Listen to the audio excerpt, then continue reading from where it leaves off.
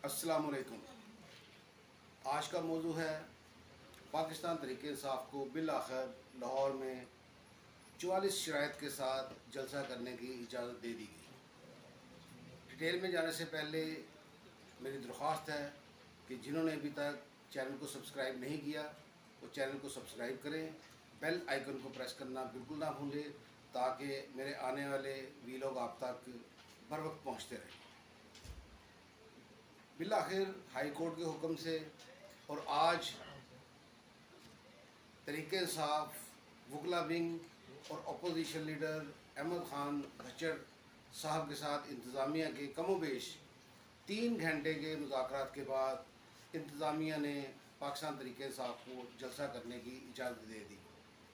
पाकिस्तान तहरीक इंसाफ अपनी पिछली रवायात की तरह मीनार पाकिस्तान में जलसा करने की इजाज़त मांग रही थी, लेकिन पाकिस्तान तहरीक इंसाफ को मीनार पाकिस्तान जलसा करने की इजाज़त नहीं दी गई। उसकी बजाय उन्हें फ़िरोज़पुर रोड पे कहना में आरजी मवेशी मंडी में जलसा करने की इजाज़त दी गई। कड़ी शराइत के साथ तकरीबन 44 शराइत इंतज़ामिया की तरफ से लागू की गई हैं, जिनमें से सिर्फ चंद एक का जिक्र करना मुनासिब है। मीनार पाकिस्तान की जगह पे कहना पे जलसा की इजाज़त दी गई। जलसे का टाइम 2 बजे से लेके 6 बजे तक रखा गया।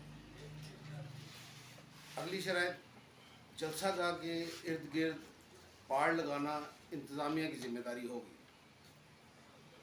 जलसा गाह में कोई पैनाफ्लेक्स नज़र नहीं आएगा, कोई बैनर नज़र नहीं आएंगे, सिर्फ कारकुनान को जमात का झंडा लेके जाने की इजाज़त होगी। अगली शराइत लाहौर से बाहर से कोई जुलूस जलसा गाह में नहीं आएगा। अफगान मुहाजिरीन से जलसा गाह को भरने की इजाज़त नहीं दी जाएगी और इसकी ज़िम्मेदारी जलसे की इंतज़ामिया के पास होगी। और सबसे अहम, वज़ीर आला KP के अली अमीन गड्डापुर ने इस्लामाबाद में जो तकरीर की थी उसके कुछ मंदरजात के ऊपर अली अमीन गड्डापुर साहब से पब्लिकली माफ़ी मांगने का कहा गया है। इन शराइत में कुछ चीज़ें जिनकी तफसील में जाना ज़रूरी है, मैं वो जिक्र करता हूँ। इसमें एक शर्त उन्होंने रखी है कि अफगान मुहाजिरीन जलसा गाह में नहीं आएंगे या उनसे जलसा गाह को नहीं भरा जाएगा।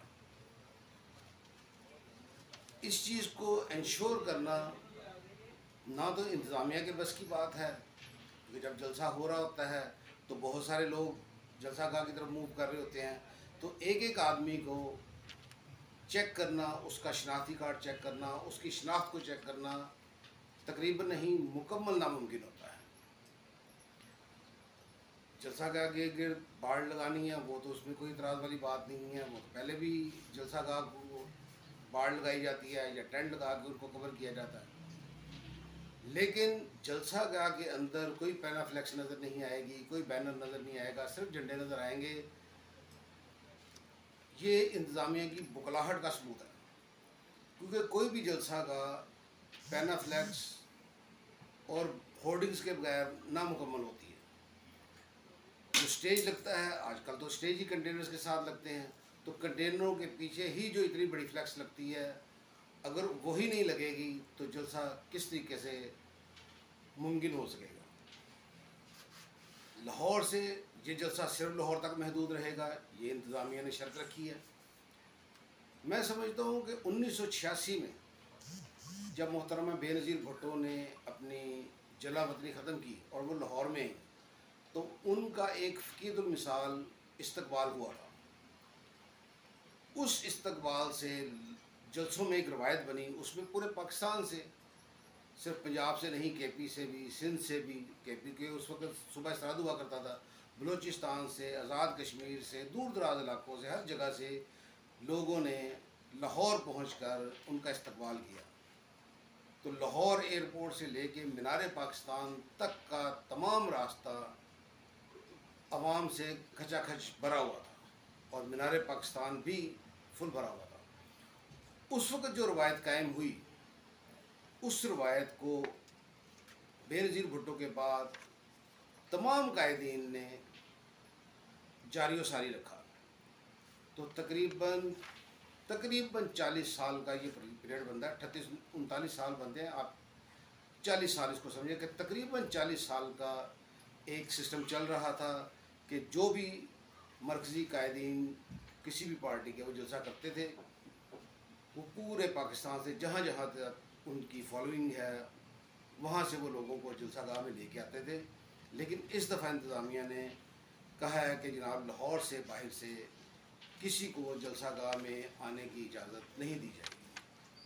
अब अगर लाहौर की मिसाल लें तो जिस जगह पे लाहौर का ये जलसा हो रहा है काना में, तो एक तो कसूर से लोग वहाँ पे डायरेक्टली आ सकते हैं, दूसरा सियालकोट मोटरवे से आ सकते हैं लोग, सियालकोट मोटरवे के बाद जीटी रोड से आ सकते हैं, जीटी रोड के बाद जो अगला रास्ता बनता है वो सगियाँ पुल की तरफ से लोग आ सकते हैं, सगियाँ के बाद मोटरवे से आ सकते हैं, मोटरवे से आगे निकलें तो मुल्तान रोड से आ सकते हैं, मुल्तान रोड के बाद अगर रायविंड रोड की तरफ से निकला जाए तो एक उस तरफ से सूए आसल की तरफ से लोग निकल सकते हैं उस तरफ।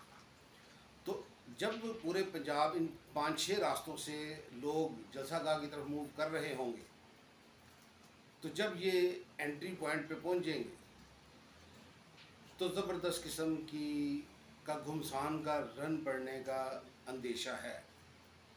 और ये भी मुमकिन है कि लाहौर का जलसा सिर्फ लाहौर का जलसा ना रहे, वो सियालकोट मोटरवे का जलसा भी बन जाए, वो जीटी रोड का भी बन जाए, वो सगिया का भी बन जाए, वो लाहौर इस्लामाबाद मोटरवे का भी बन जाए, वो मुल्तान रोड का भी जलसा बन जाए। इसके अलावा जो सबसे कड़ी शराइत रखी गई है, शर्त रखी गई है, वो वज़ीर आला KP के अली अमीन गंडापुर साहब ने जो तकरीर की थी इस्लामाबाद में, उसके कुछ मंदरजात के ऊपर एतराज़ हुकूमत ने किया है।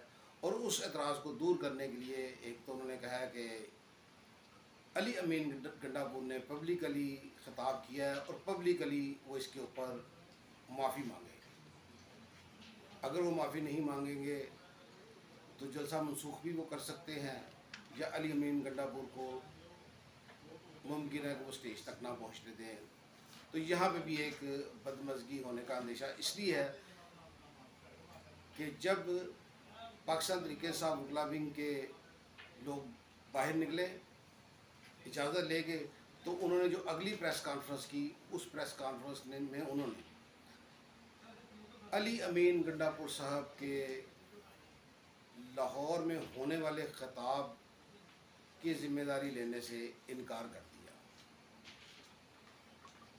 अंदर उन्होंने शराइत को तस्लीम किया, बाहर उन्होंने आके उस शर्त के ऊपर रिजर्वेशन का इजहार किया, जिससे ज़ाहिर होता है कि एक तो अगर जलसा लाहौर में होता है तो एक जलसा नहीं, अगर इंतज़ामिया उनको रोकने की कोशिश करती है लाहौर से बाहर से आने वाले जुलूसों को, तो एक अच्छा खासा रन पड़ सकता है, गुमसान का रन पड़ सकता है।